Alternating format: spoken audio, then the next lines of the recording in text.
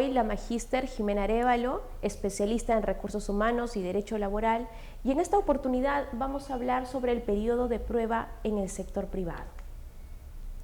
Muchos se preguntarán qué es el periodo de prueba.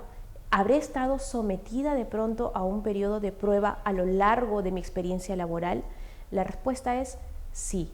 Sí, porque vamos a ver más adelante cómo la norma ha regulado este periodo de prueba. Aquí aparecen situaciones particulares que vamos a tener que coger de una manera muy minuciosa.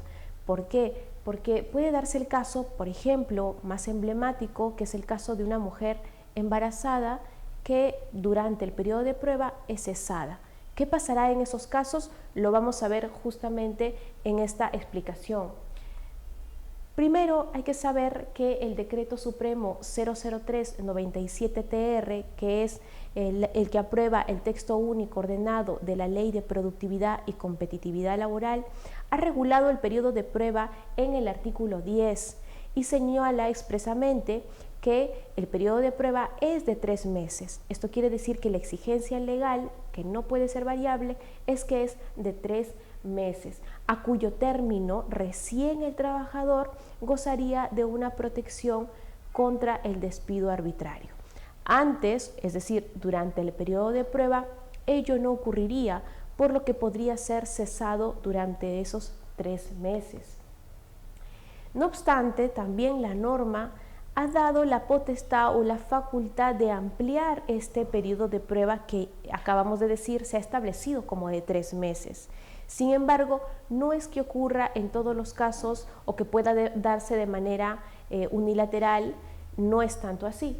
¿Por qué? Porque la norma dice que puede ampliarse, pero en casos específicos. Por ejemplo, cuando hablamos del trabajador de confianza o también llamado el trabajador calificado, así como también el trabajador que es personal de dirección, van a tener o van a poder ampliar este periodo de 3 meses, en el caso del de confianza por 6 meses y en el caso del personal de dirección por 1 año.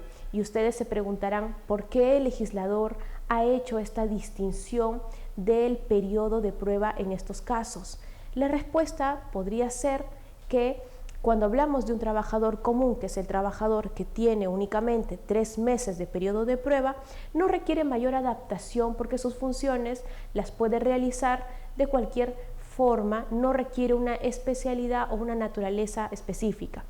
Mientras que, por ejemplo, el trabajador de confianza va a tener que adaptarse a ser parte de algo importante en la organización de la empresa.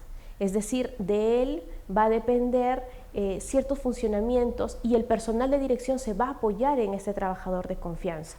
Entonces vemos que el trabajador de confianza, por esta especialidad, va a requerir un plazo adicional para poder adaptarse a este puesto laboral.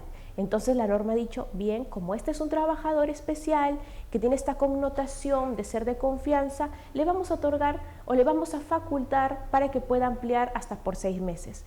Pero, sin embargo, cuando hablamos del personal de dirección, vemos que la norma dice, no le vamos a dar para que amplíe 6 meses, sino 1 año. ¿Por qué el personal de dirección sí puede ampliarse por más tiempo que el de confianza? Aquí también habría que analizar que el personal de dirección requiere mayor tratamiento en sus labores diarias, porque de él depende la decisión de toda la organización. Por ese motivo, su capacidad tiene que ser reforzada con este periodo de prueba que es más amplio. Es por ello que el legislador ha generado o ha establecido esta diferencia. Para ello es importante señalar que debe constar por escrito esta ampliación que se otorgue y debe ser pactado entre el trabajador y el empleador. Adicionalmente, sabemos que la norma dice que no va a poder excederse de estos plazos máximos que se han establecido en el artículo que acabamos de señalar. Ahora, ¿en qué consiste el periodo de prueba? ¿Qué es lo que se aborda? ¿Por qué existe el periodo de prueba en nuestra legislación laboral? El periodo de prueba no es más que aquel periodo de tiempo breve en el que el trabajador va a evaluar cómo se siente en un puesto de trabajo, si este puesto de trabajo cumple sus expectativas a nivel de desarrollo profesional y personal, si se siente bien, si siente que puede crecer en este ambiente laboral, es decir, si cumple con lo que esperaba de ese puesto de trabajo. Por ese lado lo vemos en referente al trabajador, pero cuando vemos al empleador, el empleador es quien de pronto va a disfrutar más este periodo de prueba porque lo va a aprovechar en el sentido de que va a ver que el trabajador puede ajustar sus labores a las tareas encomendadas, es decir, este trabajador cumple mis expectativas en este puesto, tiene habilidades blandas, tiene una serie de capacidades que van a permitir su correcto desempeño. Entonces, este periodo de prueba le sirve a ambas partes para que puedan conocerse y ver qué pueden esperar a futuro en ese vínculo laboral. Ahora vamos a ver que hay diferentes tratamientos respecto del periodo de prueba. Tenemos por un lado al trabajador común, al personal de dirección y también al personal de confianza. Cada uno de ellos pues va a estar regulado de manera distinta en la norma laboral respecto del tema que estamos abordando. Para esto es importante conocer qué es o qué actividades realiza un trabajador común que lo diferencia del trabajador calificado o de confianza y del trabajador de dirección. Por un lado, el trabajador común es aquel que no reviste una calificación especial en sus labores. Esto quiere decir que no tiene acceso de pronto a información confidencial, a secretos industriales o comerciales, que de él no depende en todo caso las decisiones gerenciales.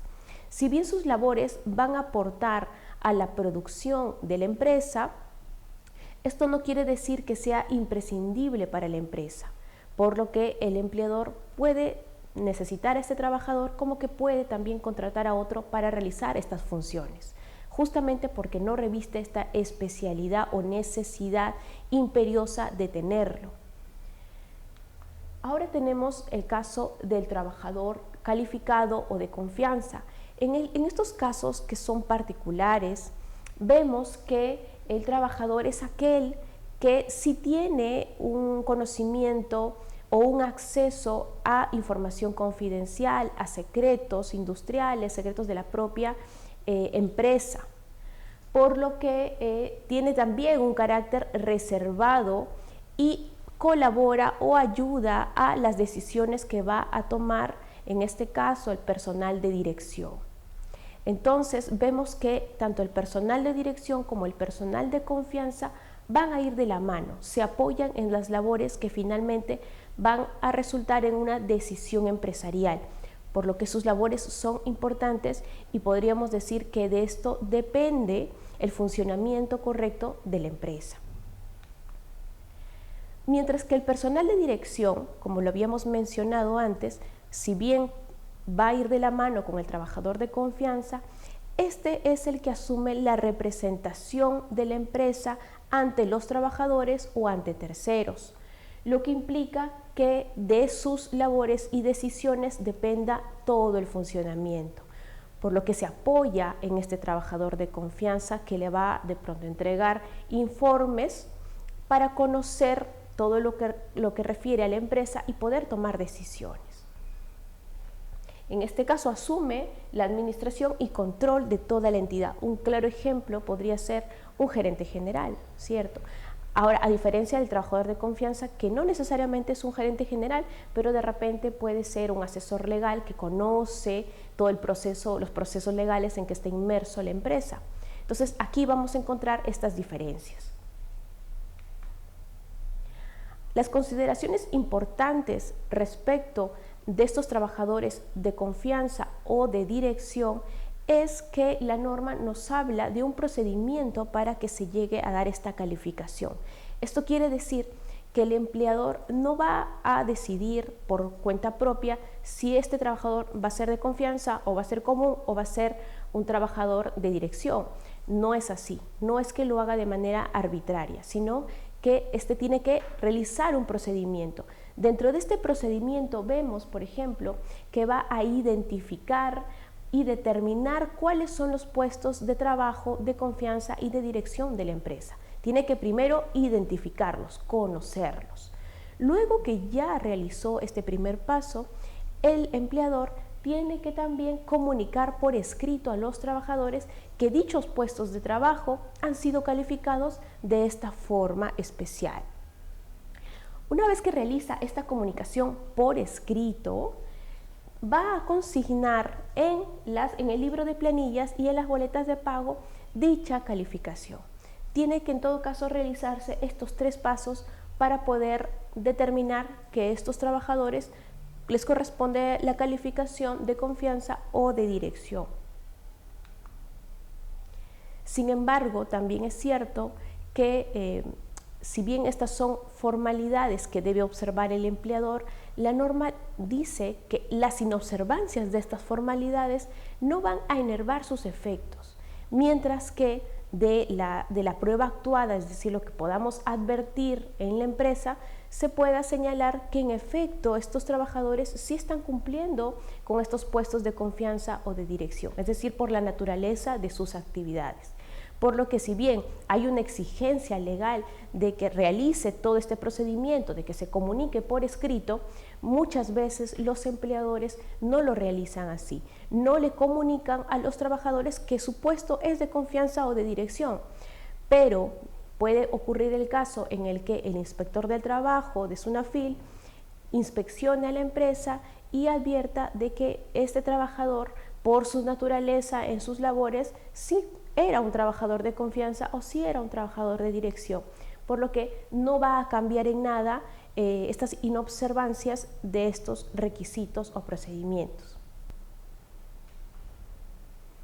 Bien, ahora que ya hemos hablado sobre estos requisitos formales que en todo caso tiene que realizar el empleador para calificar un puesto de trabajo como de confianza o de dirección, vamos a hablar sobre algunos supuestos particulares que la norma laboral también nos ayuda a resolver, y es que estas situaciones pueden ocurrir en cualquier momento.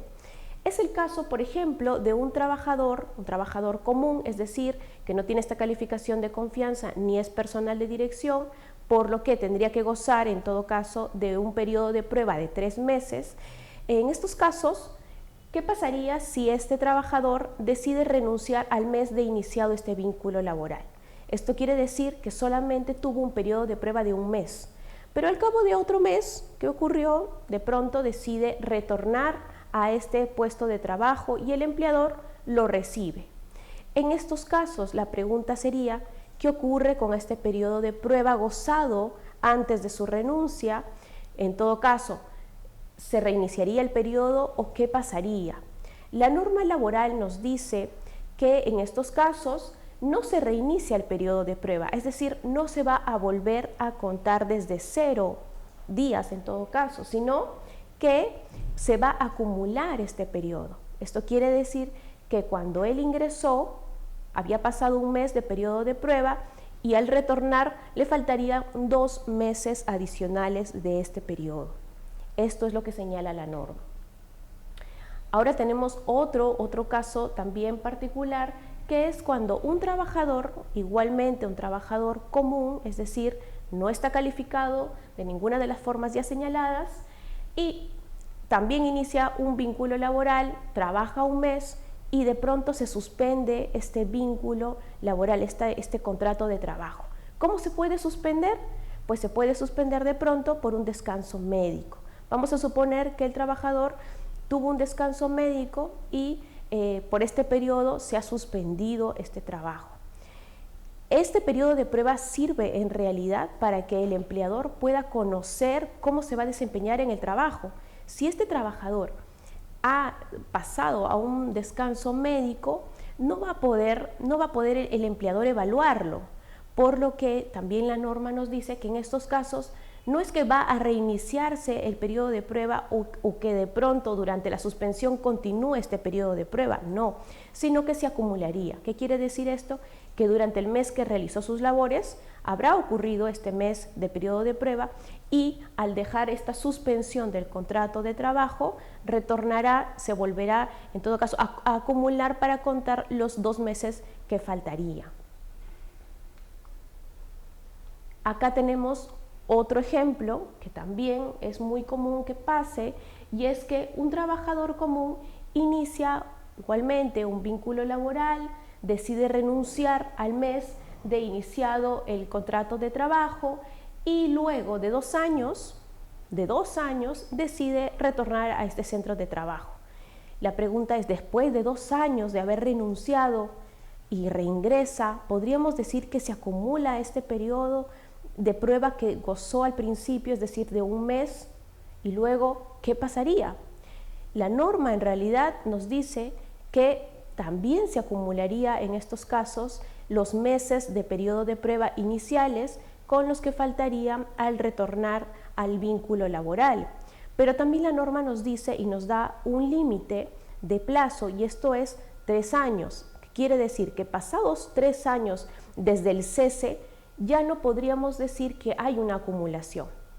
Es decir, mientras ocurran 2 años no va a haber problema, pero si superan estos 3 años que establece la norma, el periodo tendría que volver a computarse, es decir, volver a gozar o tener este periodo de prueba desde el principio.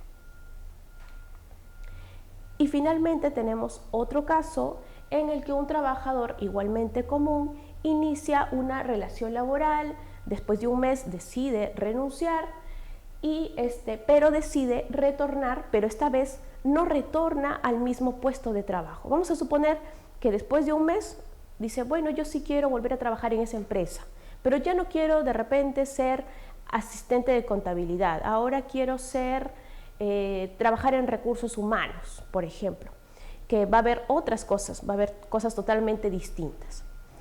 ¿Qué pasa en esos casos? ¿Podríamos decir lo anterior, que se acumula? La respuesta nos lo da la norma laboral y nos dice de que en estos casos no puede surgir esta acumulación, es decir, el mes anterior que tuvo este periodo de prueba no va a asumirse como tal.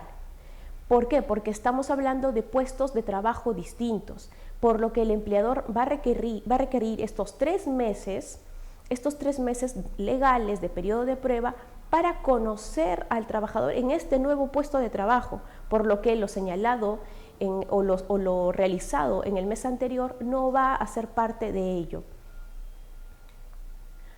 Ahora la pregunta es, bien, ya hemos visto que el periodo de prueba se da en 3 meses, que hay situaciones particulares que en general ocurren con los contratos a plazo indeterminado. Pero ¿qué pasaría en los casos de los contratos modales o contratos temporales? La norma también nos habla de estos casos específicos y nos dice que igualmente el periodo de prueba es de 3 meses. Ahora, cuando ocurra que ha transcurrido estos 3 meses y el empleador decide despedir, en este caso, al trabajador, la norma nos dice que en estos casos debe haber una indemnización porque estamos hablando de un despido arbitrario. ¿Por qué? Porque luego de estos 3 meses el trabajador gozaría de este derecho a la protección contra el despido arbitrario. ¿Y qué nos dice cómo en todo caso se resolvería este tema? Pues nos dice que el empleador deberá abonar al trabajador una indemnización equivalente a una remuneración y media por cada mes dejado de laborar en el contrato de trabajo hasta el término de este, o incluso nos dice cuando se dé el límite de 12 remuneraciones. En esos casos sería en todo caso el remedio para este tipo de despido. Ahora tenemos, adicional a lo que hemos mencionado, ciertas formalidades, y es importante resaltar estas diferencias en estas formalidades respecto de cada tipo de trabajador que ya hemos visto anteriormente. En el primer caso tenemos el trabajador común, que como ya hemos señalado, no goza de estas calificaciones, no tiene una naturaleza especial en sus labores. Por lo que sabemos que el periodo de prueba en estos casos es de 3 meses. Sin embargo, entre las formalidades nos dice la norma que no es necesario que esté pactado en el contrato. No es necesario que haya un acuerdo entre el trabajador y el empleador. No nos dice que deba estar por escrito. No nos da estas formalidades o estas exigencias como sí ocurrirá en los otros casos. Por lo que el periodo de prueba surte efectos automáticamente, incluso cuando el contrato no lo haya señalado así. Es decir, si el trabajador revisa su contrato de trabajo y no advierte este periodo de prueba de 3 meses, no significa que no esté sometido a este periodo de prueba que establece la norma. Lo está, y durante estos 3 meses el trabajador puede ser cesado porque de repente no cumple las expectativas del empleador. Entonces ya vemos que en estos casos no existe una formalidad especial.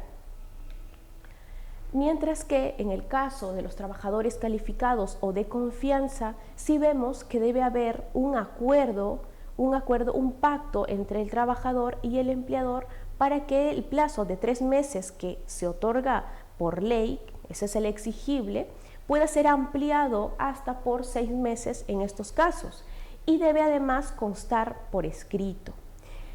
En el caso del personal de dirección, que también sabemos que puede ampliarse hasta 1 año, y decimos puede porque no es que siempre ocurra, para ello también una de las formalidades es este pacto entre el trabajador y el empleador, un acuerdo, y que igualmente conste expreso y por escrito.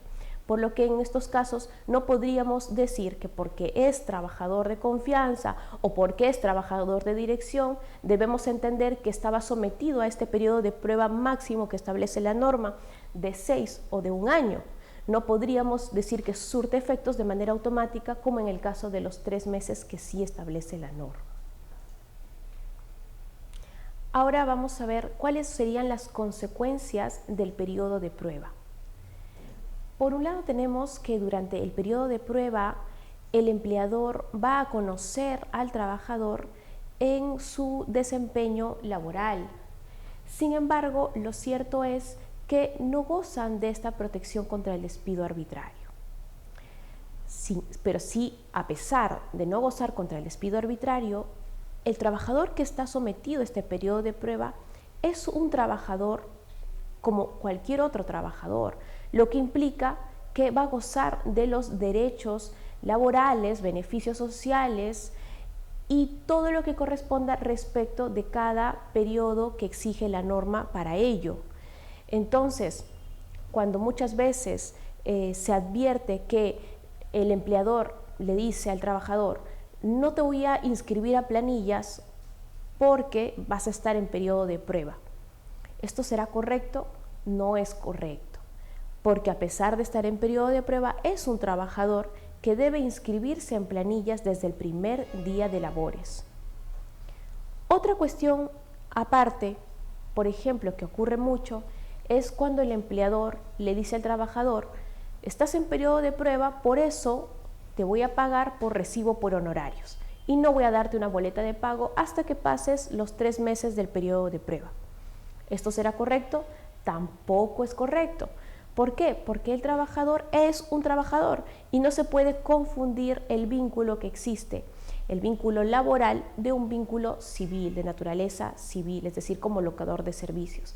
Vemos que los locadores de servicios sí otorgan un recibo por honorarios, mientras que el trabajador, que viene de un vínculo laboral, justamente por ser trabajador, le van a otorgar una boleta de pago, que es lo que corresponde de acuerdo a las normas laborales.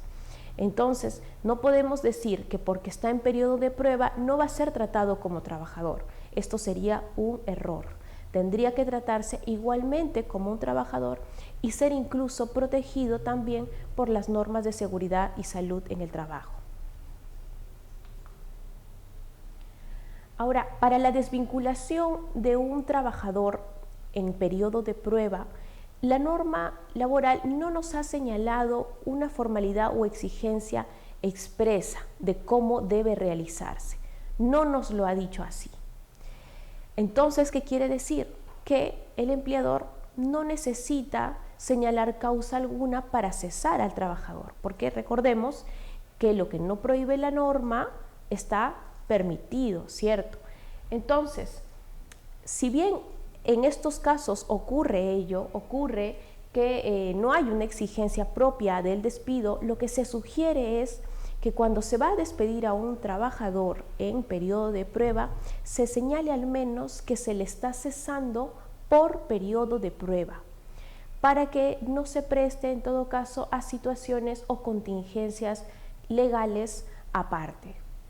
Ahora, las casaciones, han existido casaciones laborales tanto del 2014, 2016, que podemos ver aquí señaladas, en el que se precisa cuestiones particulares de lo que refiere al periodo de prueba y dice que el empleador no puede usar este periodo de prueba para evaluar cuestiones personales o privadas del trabajador, porque se estaría desnaturalizando este periodo de prueba que no es para ello.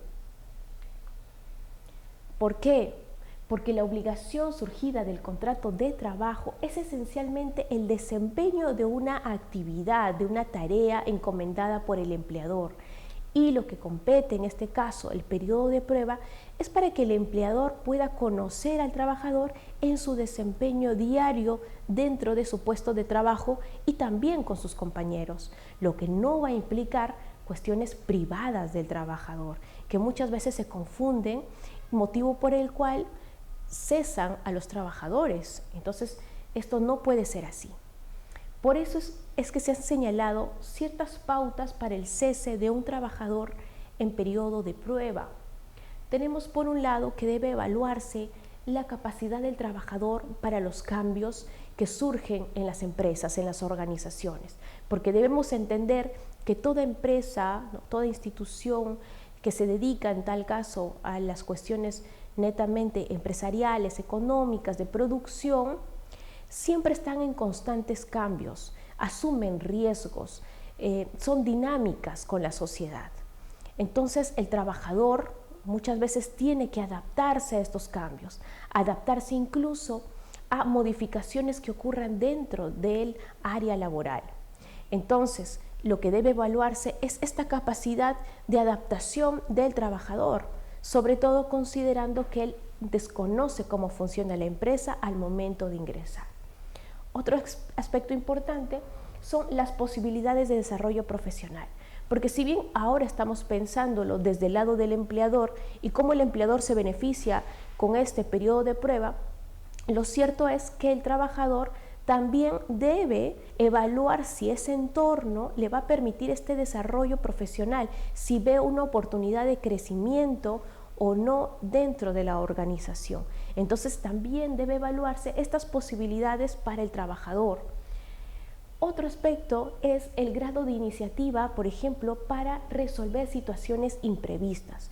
Y como les había mencionado inicialmente, en una empresa ocurren situaciones imprevistas en las que el trabajador tiene que también ser dinámico, proactivo y realizar estas iniciativas. Este aspecto, el grado de iniciativa que tiene el trabajador, debe ser parte de esta evaluación que realiza el empleador respecto de este trabajador. Por eso es que durante el periodo de prueba debe evaluar y conocer estos aspectos del trabajador. Y por último, vemos que las relaciones con el resto del personal también faciliten sus labores. Justamente, cuando hablamos del trabajador en su entorno laboral, no solo decimos, bien, hace una buena labor, es productivo, cumple con sus metas, no. También vemos cómo se lleva con sus compañeros de trabajo, cómo lo perciben, cómo es recibido por estos compañeros, porque esto, el entorno laboral, el ambiente, el clima laboral también colabora con la producción no solo del trabajador sometido a periodo de prueba, sino también respecto de los demás trabajadores. Por ello, estas casaciones nos han señalado ciertas pautas para conocer y evaluar durante este periodo y que no se torne en todo caso al ámbito privado del trabajador. ¿Debe colocarse en planillas al trabajador que se encuentra en periodo de prueba? Pues sí se debe colocar en planillas, ¿no? ¿Por qué? Porque como ya lo hemos dicho, es un trabajador para todo efecto legal. Esto implica que cumpla, que le otorguen todos sus beneficios sociales, que y le ingresen a un sistema de pensiones, que puede ser el sistema nacional como el sistema privado de pensiones, porque él desde el primer día puede gozar de esta pensión de jubilación a futuro. Entonces, no porque esté en periodo de prueba, él no va a tener este goce de sus pensiones, por ejemplo.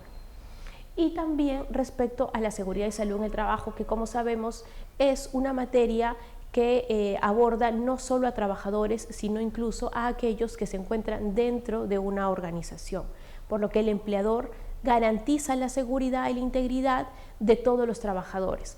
Esto implica que no va a haber una distinción con aquel trabajador que está en periodo de prueba. Y debe pagarse por recibo por honorarios a los trabajadores que se encuentran en periodo de prueba, pues en realidad no. Como ya lo habíamos señalado, existe una clara diferencia entre el trabajador y el locador de servicios. El locador de servicios es aquel que tiene un vínculo civil, por lo que cumple un determinado servicio y se le da una remuneración.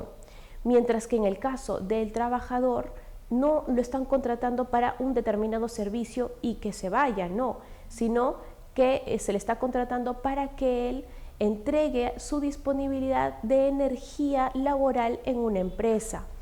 Por lo que aun si el trabajador ingresa a las 8 de la mañana, por ejemplo, en una institución y no le encomiendan tareas, él está disponiendo su tiempo y su energía laboral para cualquier cosa que ofrezca el empleador. Esto hace una gran diferencia con un locador de servicios, por lo que corresponde el pago dentro de una cuenta de ahorros disponible para dichas labores, y adicional a ello hay una obligación de entregar las boletas de pago por parte del empleador. Entonces hay que advertir que hay una diferencia. Por eso es importante que los trabajadores conozcan sus derechos, porque cuando el empleador les señale que esta va a ser la forma de trabajo en el periodo de prueba, deben decir no. Esto no debe ser así, porque la norma laboral dice que a pesar de que estoy en periodo de prueba, yo soy un trabajador y tengo derechos laborales como trabajador. Finalmente, cuando hablamos de mujeres en estado de gestación que están en periodo de prueba, aquí hay que tener mucho cuidado.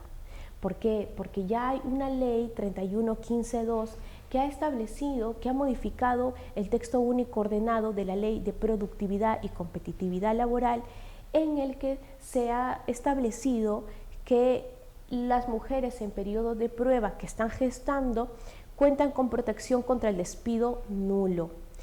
Pero no estamos hablando aquí de cualquier despido, estamos hablando de una mujer que es despedida por causa de estar gestando o lactando, que es una diferencia abismal con cualquier otro tipo de despido. Por ejemplo, el despido arbitrario, que simplemente el empleador decide despedirlo sin causa alguna, le dice mañana ya no vienes a trabajar. En estos casos no es así. En estos casos se evidencia que hay un motivo particular por el que el empleador ha decidido cesar a la trabajadora. Puede ser el caso en el que una trabajadora informa que está gestando y a la semana siguiente el empleador dice, bueno, voy a aprovechar que está en periodo de prueba y la voy a cesar. Pero ha quedado en evidencia que ocurrió después de haberse informado sobre el estado de gestación de la trabajadora. En esos casos es que la norma dice, cuidado, si estás despidiendo a esa trabajadora en periodo de prueba porque está embarazada, este despido es nulo, entonces no se puede hacer. La pregunta que vendría aquí es, entonces yo no puedo despedir a una trabajadora embarazada en periodo de prueba solo porque está embarazada. ¿Cuál sería la respuesta? La respuesta sería que sí se puede cesar a una trabajadora embarazada en periodo de prueba, pero siempre y cuando no haya una evidencia de que la causa de este despido o cese es el embarazo, ¿no? Entonces, en todo caso, tendría que comprobarse que la trabajadora en este periodo de prueba, más allá de su embarazo, simplemente no cumplió con el desempeño que se esperaba en este puesto de trabajo. Una cuestión aparte y como sugerencia en todo caso a los empleadores, en periodo de prueba se debería constar este desempeño y las metas y productividad que busca en un puesto de trabajo, de tal manera que si hubiera una contingencia de esta naturaleza, porque sabemos que cuando una mujer está embarazada y acude a una vía legal, judicial, en esos casos tiene la mayor probabilidad de ganar un juicio, porque mientras se evidencie, por supuesto, que ha sido cesada por su embarazo. Entonces el empleador tiene que resguardarse y protegerse de tal forma que diga, a pesar de que está embarazada, yo tenía estas metas, este puesto estaba destinado a tal producción y la trabajadora nunca llegó a cumplir las expectativas del puesto, motivo por el que se le ha cesado. Entonces debe haber medios probatorios que nos permitan determinar que este cese no ha sido por causa del embarazo, sino por cuestiones netas del puesto de trabajo. Entonces, esa sería una sugerencia no solo respecto a las mujeres gestantes, sino en general, con la finalidad de no advertir situaciones de discriminación u otras que puedan presentarse en la vida cotidiana y también que está enraizado con la parte legal, por supuesto. Gracias por su atención. Síguenos en nuestras redes sociales como Starley Capacitaciones. Conmigo será hasta en una próxima oportunidad. Saludos.